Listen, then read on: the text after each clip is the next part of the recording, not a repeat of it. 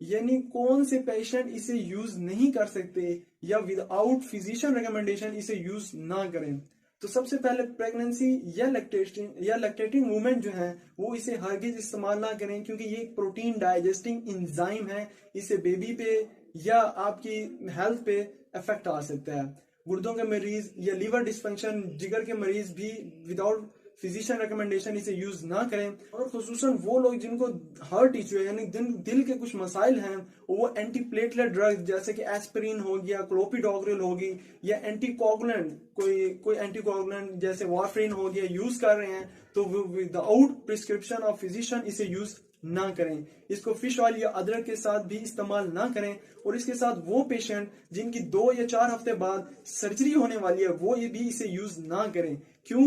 क्योंकि ये एक फिब्रिनोलेटिक ड्रग है। अगर आप इसको यूज करेंगे तो सर्जरी के बाद जो रिकवरी का पीरियड है, आपकी ब्लड क्लॉट फॉर्मेशन नहीं होगी और आपका जो वाउंड या आपकी जो सर्जरी का एरिया है वो रिकवर नहीं होगा इससे।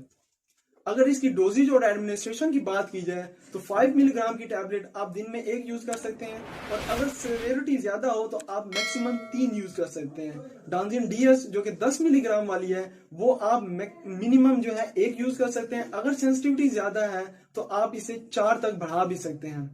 आखिर में अब इसको कंक्लूड करते हैं इसकी क्लिनिकल एप्लीकेशन को। तो आप इस ड्रग को surgery, orthopaedic, pulmonology, gynaecology, dentistry, ophthalmology में यूज कर सकते हैं। अगर आपको मेरी ये वीडियो अच्छी लगी हो तो मेरी इस एफर्ट को अप्रिशिएट जरूर कीजिएगा और फीडबैक जरूर दीजिएगा। अगर आपको किसी भी किस्म का कंसल्टेंसी या क्वेश्चन हो तो आप कमेंट बॉक्स में जरूर पुट कर सकते हैं। अपना और मेरे